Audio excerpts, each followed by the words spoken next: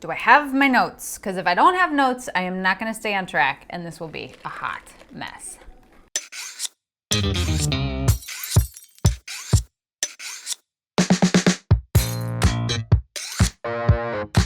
What's shakin' bacon? I'm Joni Simon, and welcome to my studio. This channel is all about food photography, so if you are into that, go ahead and hit the subscribe button. And if you are returning to this channel, well, I'm so glad to have you. And this is a follow-up to the previous video, which was all about the essential must-have equipment for food photography, right? It was all those great basics. If you didn't see that, I will link it right up here for you. And one of the things that I mentioned in that video was the importance of having a diffuser to create really beautiful light for your food photography. It's a way to control the light, and we all know we need control, right? Control freaks unite! So what I'm going to do here today is just walk you through how I use a diffuser, and hopefully if you get one of your own that you'll know how to use it properly so that you can get some beautiful, glorious, fabulous light. So if you check out any online camera store, you go to Amazon, you'll see there's all sorts of different kinds of diffusers in terms of size and height and width and all sorts of things.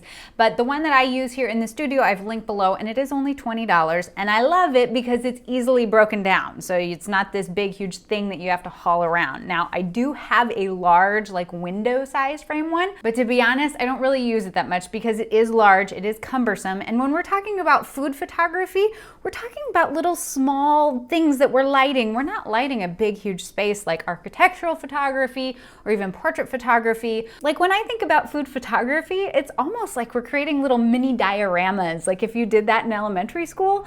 So we're only lighting very small areas, so you really don't need a big, huge diffuser. And you can see this one folds up super easily, so if you are shooting on location, you're taking it out to a restaurant, it's easily folded up and stored so that you're not having to carry this giant thing around. Now, I did mention in the previous video, if you don't want to spend the money, you can definitely make your own with just a sheet over the window or putting a sheet up on like a rolling rack, or you can even put some parchment paper in the window. That'll help diffuse the light. But again, if you're going to start working with diffusers, I just wanted to show you how it works. So the general idea with the diffuser is that it is going to have a certain amount of transparency to it. It's almost like a filter for your light. No, it is a filter for your light. So what you have is your light source, and you place the diffuser in front of it, and so that the light coming in through that diffuser is now broken up. It's not quite so harsh. So you can imagine the light being rays, right? Light coming in as rays. Well, suddenly when it passes through that diffuser, through that transparent diffuser, it's going to break it up into smaller particles, making it softer, making it land more naturally around whatever it is that you're shooting. So let's go ahead and show you in real life what this looks like. So you can see I'm here setting up this little scenario of s'mores. I just happen to have some marshmallows and grahams and chocolate on hand. So that's what we're going to use as our example here today. Now this is a west-facing window, but it's in the morning and there is a bit of an overhang there. So I do get a good bit of shade. So it's not a super intense light coming through there. It works pretty well. But if I go ahead and shoot it, you can see this is what the image looks like.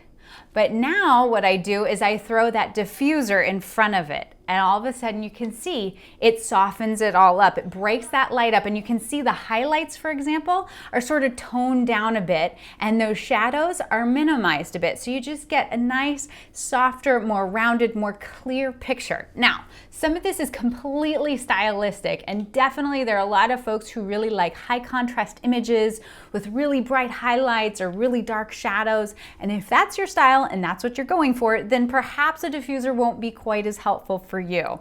But if you do want sort of those softer, rounder sort of feeling, then a diffuser is going to work great for that. Now, some of this is also very dependent on your specific window, where it is that you're shooting, how intense the light is that's coming in through there, what time of day it is, how cloudy it is outside, because you know clouds are a natural diffuser. They're covering that sun, breaking up those light particles so they're not so harsh. So you say, well, when do I know if I should use a diffuser or not? Well, really what I recommend is just looking at the food and looking at it through the lens, taking a test shot and seeing, okay, are my highlights blown out? Is that what I want? Do I really want to kind of minimize the contrast in this? What am I going for? You'll be able to see it when you take a test shot, or even just looking purely at the food. You'll be able to see, oh, this light is way too harsh. It's something you'll start to train your eye at as you get used to your space and as you get used to shooting. Now, another interesting thing as it relates to using diffusers is the diffuser itself almost turns into a large softbox, like a large light, if you will.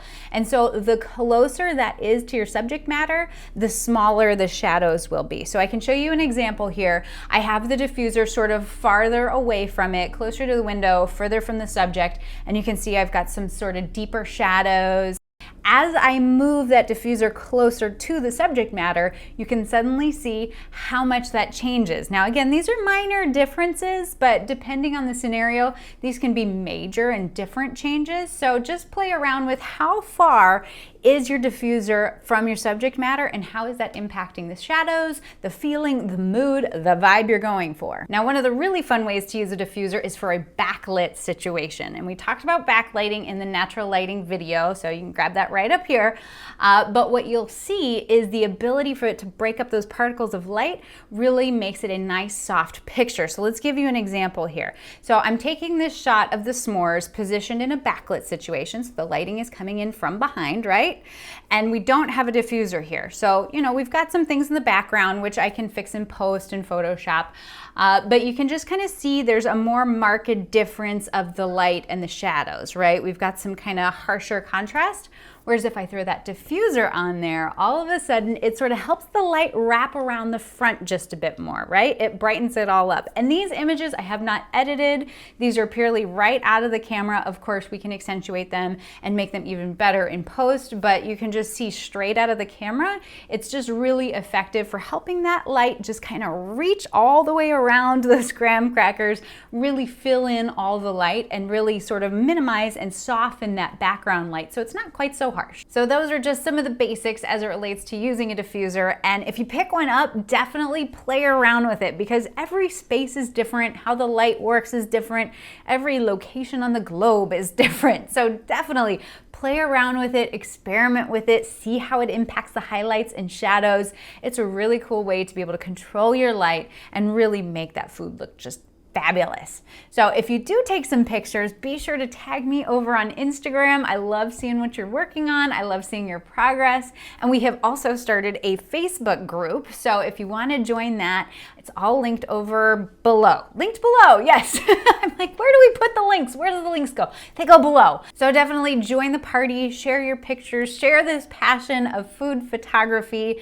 And with that, I hope you have a Merry Christmas. I hope you stay out of trouble, and I will see you real soon, okay?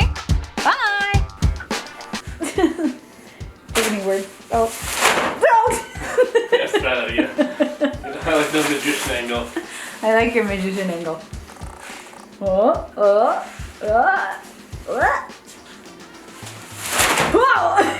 Waiting for you to smack yourself in the face with it. Comedy gold.